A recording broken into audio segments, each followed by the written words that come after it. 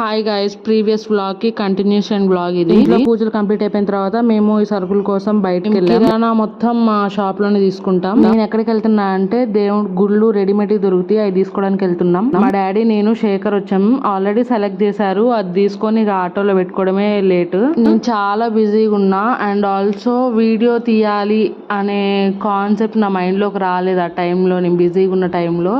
So ఎందుకో ఈ గుళ్ళని చూసి ఎందుకో వీడియో తీయాలి కదా, అయ్యో చూపించలే అని చెప్పేసి తీస్తున్నా. ఇక్కడ చూపించే టెంపుల్ ఒకటి ఉప్పలమ్మది, ఇంకోటి ఎల్లమ్మది. ఇది ఎల్లమ్మ టెంపుల్.